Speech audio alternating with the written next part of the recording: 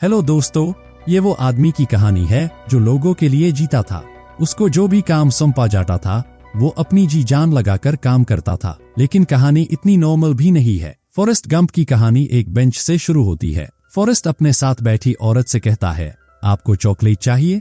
वो औरत कोई जवाब नहीं देती। फॉरेस्ट कहता है, मैं ऐसी 1,00,000 चॉकलेट खा सकता हूँ। इसके बाद फॉरेस्ट औरत के जूते देखता है और कहता है, ये जूते बहुत खूबसूरत है, मैं तो ऐसे जूते पहनकर पूरा दिन चल सकता हूँ। जिस पर औरत कहती है, मेरे पैरों में दर्द है।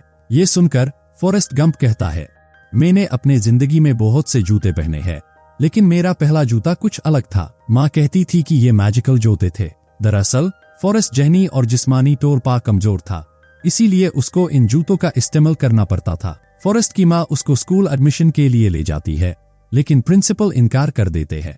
फॉरेस्ट का IQ लेवल बहुत कम होता है। प्रिंसिपल कहता है, इसका कोई और स्कूल में एडमिशन करवा ले, लेकिन फॉरेस्ट की माँ किसी तरह प्रिंसिपल को मना लेती है। अब फॉरेस्ट गंप का एडमिशन इस स्कूल में हो जाता है। अगले ही दिन जब वो स्कूल बस में जाता है तो कोई फॉरेस्ट को अपने साथ नहीं बिठाता, लेकिन तभी उसको पीछे से आवाज आती है, तुम इधर चाहो तो बैठ सकते हो। फॉरेस्ट कहता है, ये मेरी जिंदगी की सबसे खूबसूरत आवाज थी। फिर फॉरेस्ट उस बच्ची के साथ बैठ जाता है। वो थी फॉरेस्ट की पहली दोस्त जेन्नी। फॉरेस्ट के घर में सिर्फ फॉरेस्ट की माँ और फॉरेस्ट रहते थे। फॉरेस्ट की माँ इनकम के लिए लोगों को एज अ गेस्ट बुलाती थी। एक दिन फॉरेस्ट के घर एक सिंगर आता है जो गिटार बजा रहा होता है। फॉरेस्ट इस पर बहुत अजीब डांस कर रहा था। कुछ दिनों बाद फॉरेस्ट और उसकी माँ मार्केट जा रहे होते हैं तो फॉरेस्ट टीवी पर वही सिंगर को देखता है जो उनके घर आया था। वो फॉरेस्ट जैसा ही डांस कर रहा था और लोग उसको बहुत पसंद कर रहे थे। फॉरेस्ट जिस औरत को कहानी सुना रहा था उसको कहता है, मेरी माँ कहती थी कि चमत्कार हर दिन होते हैं और एक दिन मेरे साथ भी हुआ। एक दिन फॉरेस्ट को उसके स्कूल के बच्चे परेशान कर रहे थे। फॉरेस्ट वहां से भागता है। जेन्नी फॉरेस्ट से कहती है, भागो फॉरेस्ट भागो। तभी उसके साथ चमत्कार होता है और उसकी टांगे ठीक हो जाती है। वो इतना तेज भागता है कि बच्चे अपनी साइकिल रोक लेते हैं। फिर काफी साल गुजर जाते हैं। फॉरेस्ट और जेन्नी बड़े हो जाते हैं। वो दोनों जा रहे होते हैं कि वो ही 3 लड़के आ जाते हैं, लेकिन इस दफा वो जीप में थे। वो फिर से फॉरेस्ट को परेशान करने लगे। फॉरेस्ट भागता है और जेन्नी फॉरेस्ट से कहती है, भागो फॉरेस्ट भागो। फॉरेस्ट की स्पीड बहुत तेज होती है। फॉरेस्ट भागते भागते एक फुटबॉल ग्राउंड में चल जाता है, जहाँ वो टीम को मैच जीता देता है। टीम के कैप्टन फॉरेस्ट की रफ्तार से इम्प्रेस होकर इसको अपनी टीम में शामिल कर लेता है। फॉरेस्ट की वजह से वो बहुत से मैच जीते हैं।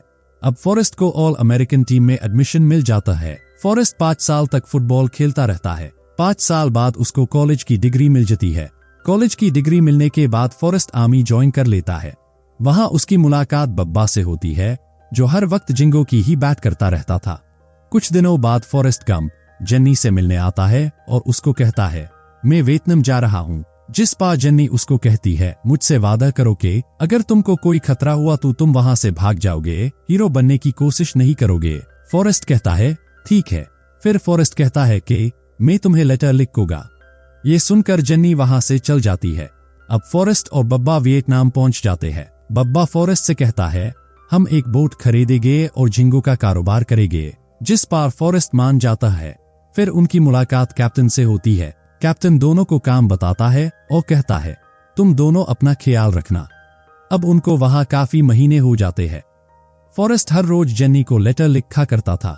एक दिन उन पर अचानक कोई हमला कर देता है। सभी वहां से भागते हैं क्योंकि दुश्मन बहुत ज्यादा थे। हर कोई अपनी अपनी जान बचा रहा होता है। तभी फॉरेस्ट को जेन्नी की बात याद आती है, जब भी तुम्हें कोई खतरा हो तो तुमने वहां से भागना है, हीरो बनने की कोशिश नहीं करनी। फिर फॉरेस्ट गंप भी भागने लगा। फॉरेस्ट भागते भागते बहुत दूर आ जाता है। तभी फॉरेस्ट को बब्बा का ख्याल आता है। वो बब्बा को बचाने के लिए वापिस चल जाता है, लेकिन वापिसी पा फॉरेस्ट को उसकी टीम का ही एक फौजी मिलता है। फॉरेस्ट उसको लेकर नदी के किनारे पर चोर आता है। फॉरेस्ट फिर बब्बा को ढूंढने जाता है, लेकिन उसको बब्बा नहीं मिलता। वो फिर किसी फौजी को उठा कर ले आता है। इसके बाद फॉरेस्ट काफी चक्कर लगाता है और सभी फौजियों को बचा कर ले आता है, लेकिन उसको बब्बा को ढूंढना होता है तो वो वापस जंगल में जाने लगता है। लेकिन उसको एक फौजी कहता है कि दुश्मन ने वहां पर बॉम्ब गिराया है, वहां मत जा। लेकिन फॉरेस्ट किसी की नहीं सुनता और चल जाता है। फॉरेस्ट को बब्बा मिल जाता है। उसको गोली लगी होती है। वो बब्बा को ले आता है, लेकिन वो नहीं बचता और मर जाता है। फॉरेस्ट को भी एक गोली लगती है। एक दिन फॉरेस्ट को एक लेटर मिलता है। उसको प्रेसिडेंट ने बुलाया था। फॉरेस्ट गंप को इतने लोगों की जान बचाने के लिए मेडल ऑफ ऑनर दिया जाता है। फिर फॉरेस्ट को बब्बा से किया हुआ वादा याद आता है कि वो झिंगों का कारोबार करेंगे। वो बब्बा के घर जाता है। बब्बा की माँ उसको कहती है, तुम पागल हो या बेवकूफ। फॉरेस्ट कहता है, बेवकूफ इतना ही जितना बेवकूफ बेवकूफी करे। फॉरेस्ट एक पुरानी बोट खरीद लेता है, लेकिन बहुत दिन बाद भी वो झिंगे नहीं पकड़ पा रहा होता। तभी एक आदमी फॉरेस्ट से कहता है कि अपनी बोट का कोई नाम रखो। तो वो अपनी बोट का नाम जेनी रखता है। वो कहता है, ये दुनिया का सबसे खूबसूरत नाम है। इसके बाद लेफ्टिनेंट डैन उसके साथ काम करने के लिए आ जाता है, जिसने फॉरेस्ट से वादा किया था, जब भी तुम झिंगों का कारोबार करोगे तो मैं भी तुम्हारे साथ करूंगा। एक दिन समंदर में तूफान आ जाता है। फॉरेस्ट की बोट को चोर कर वहां की सारी बोट टूट जाती है।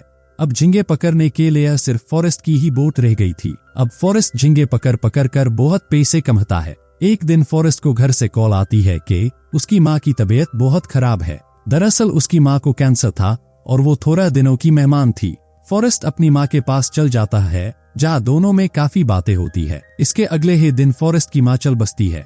एक दिन फॉरेस्ट को लेफ्टिनेंट डैन की तरफ से एक लेटर आता है, जहां लिखा था कि उसने झिंगों के कारोबार को बेच दिया है और उसको अब पैसों की फिक्र करने की कोई जरूरत नहीं। फॉरेस्ट अपनी आधी जमीन एक चर्च और हॉस्पिटल को डोनेट कर देता है और बब्बा के हिस्से के पैसे उसकी फैमिली को दे देता है। फॉरेस्ट एक दिन अपने गार्डन में घास काट रहा था कि वो जेनी को आते देखता है। वो दोनों मिलकर बहुत खुश होते हैं। वो कुछ दिन फॉरेस्ट के साथ रुकती है और एक दिन जेनी फॉरेस्ट के उठने से पहले ही वहाँ से चल जाती है, जिस पर फॉरेस्ट बहुत दुखी होता है। इसके बाद वो बिना कुछ सोचे भागने लगता है। वो लगातार भागता ही रहता है। वो दुनिया भर में फेमस हो जाता है। काफी लोग फॉरेस्ट को अपना आइडियल मानकर उसके पीछे भागने लगते हैं। एक दिन फॉरेस्ट भागते भागते रुक जाता है और कहता है, मैं थक गया हूँ, अब मुझे घर जाना है।